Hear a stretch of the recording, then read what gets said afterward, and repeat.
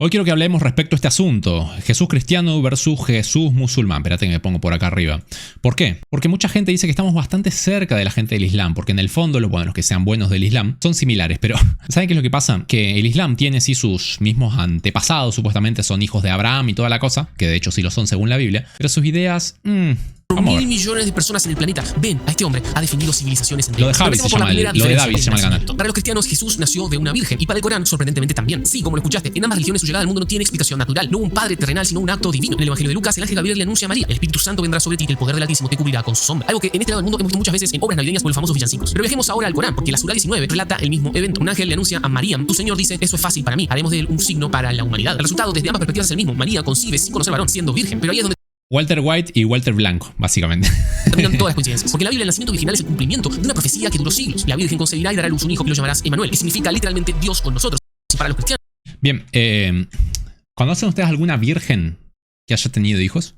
esto no fue un milagro aislado, sino la prueba Por eso es justamente lo de raro. que el creador del universo decidió por primera vez tener pulmones y respirar aire caminando entre nosotros. Pero en el Islam el milagro apunta a la dirección opuesta. Es una señal del poder de Alá, sí, pero Jesús solo es un profeta especial, no Dios encarnado. Es el mismo evento con miradas completamente opuestas. El musulmán va a reflexionar que el nacimiento de Jesús es un recordatorio de que Alá puede hacer lo que quiera. Pero para los cristianos el pesebre de Belén es el portal donde Dios entró a la historia. Dos interpretaciones irreconciliables. Pero esto, amigos, es solo el principio. Porque si el comienzo ya traza dos caminos opuestos, las acciones que realizó Jesús durante su vida no van a construir un puente entre ambas visiones. Bien, y esto es la clave también, porque vos dirás, bueno, el origen, qué sé yo, ponele que nos dé igual. Pero el tema es, ¿cómo era ese Dios o ese Cristo? ¿Por qué? Y porque depende cómo sea, es que después vos lo vas a imitar. Si tenés un Dios guerrero, si tenés un Dios como Zeus, si tenés un Dios como Buda, es distinto tu carácter, tu comportamiento. Sino que cavarán un abismo. Pasamos a la segunda diferencia, los milagros. Jesús no era simplemente un filósofo de sillón, alguien sentado que hablaba y nada más, no. Hizo cosas que en muchos casos desafiaban la realidad. La Biblia nos menciona que él sanó leprosos, devolvió la vista a los ciegos y hasta levantó muertos. El Corán, por su parte, también. De hecho, la Sura 5 afirma que Jesús curó a ciegos y leprosos y que incluso resucitó muertos. Hasta añade un milagro que no está en los evangelios. Jesús moldea un pájaro de barro, sopla sobre él, el barro cobra vida y sale volando. Realmente impresionante. Ambas religiones lo ven como Raro que se le haya escapado a un discípulo de Cristo poner tal cosa. No creo que Cristo sea incapaz de hacerlo, pero es raro que los discípulos no lo hayan registrado. Además no le veo el propósito. Capaz tuvo algún propósito en su momento, pero bueno. Impresionante, la verdad. un hombre Sí que fue rodeado de cierto. poder sobrenatural. Pero si prestas atención en el Corán, hay una pequeña frase, casi como un asterisco legal, que lo cambia todo. Una frase que Jesús repite junto a cada milagro. Una frase que es la diferencia entre Dios y un simple mensajero. Esta frase es Vi idnillah. Disculpen, mi árabe no es mi lengua nativa, espero haberlo pronunciado bien. Fue con total respeto. Que se No, es un degenerado. ¿Cómo va a decir eso? traduce como Ni de por qué. permiso de Dios. En esas tres palabras se esconde un universo, porque en los evangelios de la Biblia Jesús actúa con autoridad propia. El Espíritu Santo es la fuente del poder, pero cuando él sana dice frases como quiero, sé limpio. En el Corán se aclara en cambio que Jesús no tiene poder propio, que Alá se lo presta por un momento. Es literalmente lo que podría ser Elías o Moisés, también un profeta así. Literalmente lo rebajaron a un nivel de profeta al decir esa frase. Para verlo de alguna manera simple, en el Corán Jesús es el bisturí en la mano del cirujano, que es Alá, pero en los evangelios Jesús mismo es el cirujano. Como con el nacimiento, mismo acto, pero dos miradas opuestas. Esto nos lleva directamente al corazón del conflicto, al punto de no retorno, donde una de las dos religiones debe necesariamente estar equivocada, que es su identidad. Todo el resto de cosas que componen la historia de Jesús se sostiene en su esencia. ¿Quién era? Bueno, si vamos al Un punto, sentido dale. poético o metafórico, como si todos fuéramos hijos e hijas de Dios. No, lo es en sentido ontológico. Dice, eso del pájaro los islamitas lo sacaron de un libro apócrifo donde Jesús, niño, se divierte formando pájaros de barro y dándoles vida. Mira vos, qué interesante. O sea, la Biblia, de hecho, fíjense que habla muy poco respecto a la infancia de Jesús. Solamente cuando va al templo y se pierde en el templo, porque en los negocios de mi padre me conviene estar, le dijo a sus padres. Pero justamente cumple un propósito, ¿no? El hecho de que no hable tanto de la vida de Jesús. Y es que lo ideal para un niño es que esté alejado de absolutamente todo y simplemente se acerque a Dios, vaya formándose y creciendo, como dice la Biblia, que el niño crecía y se fortalecía, y la gracia de Dios estaba con él. O sea, y después cuando llegó el momento, ya siendo grande, ahí empezó con su ministerio. De la misma naturaleza y No como el niño este de, yo no desciendo del mono, a mí me creo misma Dios. esencia que el Padre, Dios hecho carne. Puede que para Ahí me algunos de explico, ustedes pará. esto suene a mitología, pero para el oído del judío del siglo I, esto era una blasfemia directa castigable con la muerte. Y cuando Jesús decía frases como antes de que Abraham fuese yo soy, no estaba usando una forma rara de hablar, estaba reclamando para sí el nombre más sagrado e impronunciable que Dios le reveló a Moisés en la zarza. Este pibito. Algunos teólogos y científicos modernos de su calor. Este pibito. ¡Yo no soy pariente del mono! ¡A mí me creó! ¡Dilo, dilo! ¡Dios creó Y el público enloquece, chaval. El pibito después creció, ¿no? Y lo mostraron haciendo entrevistas, así, mostraban cómo predicaba, pero ya perdió el aura, amigo. Ya perdió el aura, era como un predicador más, ¿ves? Ardiente. Era declararse a sí mismo eterno, sin principio ni final. Cuando perdonaba pecados directamente, en vez de decir que Dios te perdone y decía yo te perdono, los líderes religiosos lo entendían como que él se pone en lugar de Dios, porque nadie puede perdonar una ofensa sino quien fue ofendido. Y el pecado en la teología judía es una ofensa directa contra Dios. Jesús estaba entonces reclamando ser no solo el juez, sino la parte ofendida. El pecado le ofende a él porque él es Por Dios. eso lo Y para mataron. rematarlo, como si fuera poco, declaró: yo soy el camino, la verdad y la vida. Nadie viene al Padre si no es por mí. No dijo cosas como yo muestro el camino, no, o sea, yo soy el camino. Para un cristiano, si Jesús no es Dios, entonces su fe no tiene sentido. Ahora, con respecto a la identidad de Jesús, el Corán nos va a dar una respuesta diferente. Para el Corán, Jesús era un profeta de Dios. Inclusive para el Islam, la afirmación de ser Dios no es un misterio ni nada, no. Es el peor pecado posible, llamado shirk, que es el acto de asociar a una criatura con el Creador. Para un musulmán, la unicidad de Alá es el pilar innegociable de toda su realidad. La idea de que Dios puede engendrar a un hijo es una corrupción pagana y un insulto a Dios. Ahora, el Corán es claro, honra a Jesús, quien es llamado Isa, como ningún otro profeta excepto Mahoma. Lo llaman el Mesías, la palabra de Dios, un espíritu de Dios, pero siempre con una gran barrera, con un disclaimer. Era un siervo, un mensajero, un hombre. Magnífico, pero 100% humano. De hecho, el Corán Es, o suele ser menos confiable siempre una religión como, bueno, el Islam, que tiene solamente un profeta. Por la sencilla razón de que, bueno, es más fácil como de... O sea, yo confío más en los 4 evangelios porque son 4 testigos. O sea, como que se pueden llegar a contradecir entre ellos y tenés como más forma, está bien, tenés más testimonios distintos. Lo mismo que pasa con los mormones, por ejemplo, que tienen solamente alguien que recibió de un ángel un libro completo, entero, en tablillas de oro que estaban enterradas.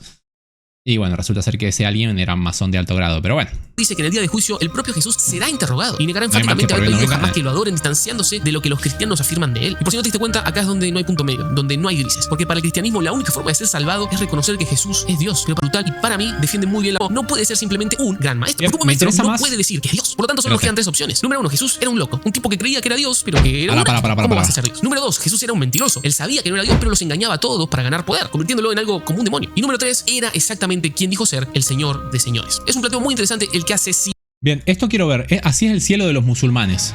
Lo sumemos a este En la video. historia infinita de religiones han tratado de explicar en base a sus creencias e interpretaciones cómo es el paraíso. Pues al ser el lugar más demandado por la mayoría de personas era Que sí, vamos al punto. Antes de hablar sobre el aspecto del cielo es necesario conocer exactamente cómo se llega allí y qué importancia tiene. Al comenzar el fin del mundo, todas las personas que fallecieron serán resucitadas y estas serán juzgados por el mismo Alá. Y durante el juicio serán diferentes pruebas a las personas para determinar si son aptos para entrar en el cielo o en el infierno. Bien, la Biblia, ¿qué es lo que dice respecto a eso? Toda persona que muere, ya está. O sea, y después de eso es el juicio respecto a lo que hizo en su vida. No van a haber pruebas posteriores, no vas a tener otra chance, ¿ok? Pero bueno, es lo que dicen los musulmanes, que van a surgir pruebas extra. Es como lo que les pasa a algunos, no sé, en el purgatorio, cosas así, que se pulen un poquitito más como para ir al cielo, no los que están más o menos listos. Según la Biblia, te morís. Y después de eso, juicio respecto a tu vida y se acabó. Y eso es lo que tanto le jode, obviamente, a los malos, a los que llevan una vida mala, porque después dicen, no tenemos más chance. Mientras ocurre esto, las personas caminarán sobre un puente conocido como Asirat, que debajo de este se encuentra el infierno y sus alrededores el cielo. Y al frente del puente está el propio Alá. El cielo cuenta con 8 puertas y varios niveles para un tipo de creyente específico. Un gran tamaño abarca tanto los cielos y las tierras como en el mundo terrenal. Dentro de ella hay una gran variedad de ríos y jardines, quienes a su vez tienen infinidad de vegetación y árboles. Siendo el árbol Tusa uno de los más importantes, pues de ser sus raíces de oro le da un hermoso aspecto. No obstante, el más relevante de todos es el Sidrat al-Muntaha, quien es el árbol del mundo. Este tiene una hermosa forma que las personas no pueden describir y es El árbol del mundo es como la mitología nórdica similar al también. árbol de sidra. Además, el tamaño de sus Árbol de sidra. hojas es igual a la de las orejas de los elefantes y sus frutos son enormes. Y según la leyenda, la cantidad de hojas que tiene es igual a la cantidad de personas que hay en el mundo. Además, cuando sus hojas caen, es igual a la cantidad de personas que fallecerán el próximo año. Ahora bien, el paraíso se conforma con 4 jardines principales, quienes el ADN, Firdaus, Maba y Naim. Y el ADN es en realidad el Edén, y este es uno de los lugares más hermosos de todo el paraíso. Se piensa que allí habitan profetas, mártires y algunos justos, y esto podrán ver el rostro de Alá. El jardín Firdaus es el más importante de todos, pues desde allí comienza el trono de Alá. Además, en cada jardín hay 2 manantiales con 2 diferentes tipos de frutos, y eso estarán al alcance de todos. También debajo de ellos hay otros 2 Similar al lore bíblico, también, o sea, como que en el Edén hay árboles y hay frutos y cosas así. más, sin embargo estos son diferentes, ya que son de color verde oscuro y sus frutos son como las granadas. Por cada jardín hay 2 manantiales y en todos hay hermosas doncellas con hermosos ojos, quienes estas son puras, y son conocidos como las Uris. Y estas esperan a los creyentes dentro de pabellones, y al no ser tocadas por ningún hombre se convertirán en sus acompañantes. También el paraíso Bien. ¿Sabían esa o no? O sea, en el cielo musulmán, los hombres van a ponerla bastante. Luce más bien como una película no por. está conformado por 4 diferentes ríos, quienes son similares al Sindaria, el río Amudaria, el río Eufrates y el río Nilo. Y dentro de esta fluyen agua, leche, vino y miel. En el cielo Está difícil meterse al de miel, pero bueno. hay una gran diversidad de mares y ríos, además de que el Salsabil es la fuente de algunos de ellos. Sin embargo, uno de los ríos más famosos es el Alquetuar, quien tiene en su borde cúpulas de perlas y su agua es más blanca que la leche y más dulce que la miel.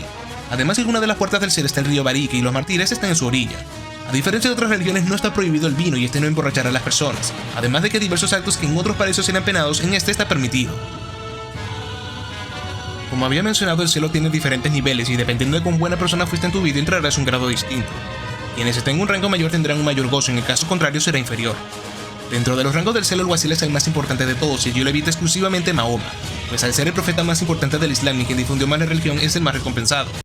Eso difiere bastante con la Biblia, porque en la Biblia el primero será el último y viceversa, o sea, el que más sirve. Si te está gustando este video, tengo millones más en este canal, así que estás más que invitado a suscribirte a Fitnico y a Fitnico 2, mi canal de reacciones, y también mis planes de entrenamiento y libros en el comentario fijado. Ahora sí, sigamos con el video. El que es más humilde justamente es el que es más exaltado, y de ahí a que Cristo sea el más exaltado de todos, porque fue el que más sirvió, porque siendo Dios, fue el que más bajó. Imagínense ustedes, nosotros que estamos acá abajo, si bajamos, bueno, más o menos, ¿viste? Eso. Y esa es la diferencia. También los mártires están En cambio van a haber rangos masivos, bro. en los altos rangos y aquellas personas que en el momento de estar vivas se preocuparon y ayudaron sus segundas intenciones a quienes lo necesitaban son bendecidos. Modula más o menos el hombre del video, pero bueno, por eso lo subtitulo. Además, en el cielo no hay noche ni sol, sino simplemente una luz que brilla por siempre y para distinguir cuándo es de tarde o de madrugada se utiliza el brillo del trono de Alá como referencia. Con una gran belleza, el cielo está construido con ladrillos de oro y plata, además su base es de zafiro. Y tiene un Bien, similar a la descripción bíblica también, hay amatista, cornalina, topacio, jaspe y de de piedra todo. que contiene tanto zafiro como esmeraldas y al tener impregnado hermosos aromas, esta recorre en largas distancias. Anteriormente había mencionado que hay frutos dentro de este y existe una gran variedad como son las uvas y las granadas. Además de esto hay una gran diversidad de animales. Al momento que los creyentes lleguen al cielo serán saludados por los ángeles y dirán: la paz sea con vosotros, porque habéis soportado con paciencia. Y cada nivel está custodiado por los ángeles protectores llamados Ridwan, y a diferencia del cielo cristiano, Alá no reside en el paraíso. Además, los creyentes habitarán cerca de Alá y tendrán sus propias casas, y dentro de ellas hay una gran cantidad de lujos y no hay límite en lo que deseen las personas. Estas usarán vestidos de color verde de una fina seda y con brazaletes de oro y perlas serán adornados. Como en cualquier paraíso, las personas serán inmortales, además de que siempre serán felices. Sin embargo, esto es diferente con las otras religiones, pues los creyentes tendrán la edad de 33 años y su posición será la misma y nadie será mejor que otro, sino todos serán iguales. Ah, bien. Salvo Mahoma. Además, dentro de esta, las personas podrán casarse aunque no podrán tener hijos. Copular, básicamente. se casan para... Delicioso por siempre. Y estos tendrán El 33 años, sí. sirvientes con una apariencia hermosa como las perlas protegidas. Tendrán sirvientes. ¿Pero esos sirvientes van a ser otros humanos o van a ser que ángeles o qué? Ahora bien, antes mencioné sobre el jardín del Edén. Este es un tema de debate entre los musulmanes, pues algunos creen que este jardín es el mismo al de Adán y Eva. Al momento que abro las puertas, el primero de todos que entrará es el profeta Mahoma y los creyentes entrarán por medio de grupos. El primero de todos serán 70.000 personas, además algunas puertas de las octavas son para personas específicas, ya que dependiendo de las acciones del creyente cuando estaba vivo puede acceder a una puerta o no. Bien. Y otra diferencia con el cristianismo. En el cielo no dependemos de nuestros méritos.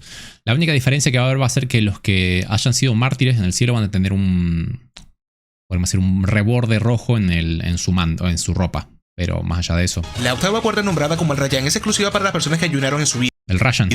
Además existe la puerta para Ayudaron en su vida. quienes oraron con mucha frecuencia, y existe para quienes dieron calidad de su vida, y para quienes difundieron la palabra de Alá en todo el mundo. Básicamente es por méritos, de cierta forma. Van comprando parcelas más grandes en el cielo. Interesante. Bueno, después está la otra, ¿no? De que en el cielo musulmán sí que van a tener tantas vírgenes por hombre, ¿no? O sea, y si morís en guerra, también vas a tener bastantes... Todos sabemos que Bastantes para que te sirvan por ahí. Pero bueno, ¿qué va a ser? Las ganas de ponerla del ser humano son insaciables. En fin, ahí lo tienen. Si les gustó el video, por cierto, me gustazo, suscríbanse para muchos más. Y por cierto, nos vemos el próximo. Chao.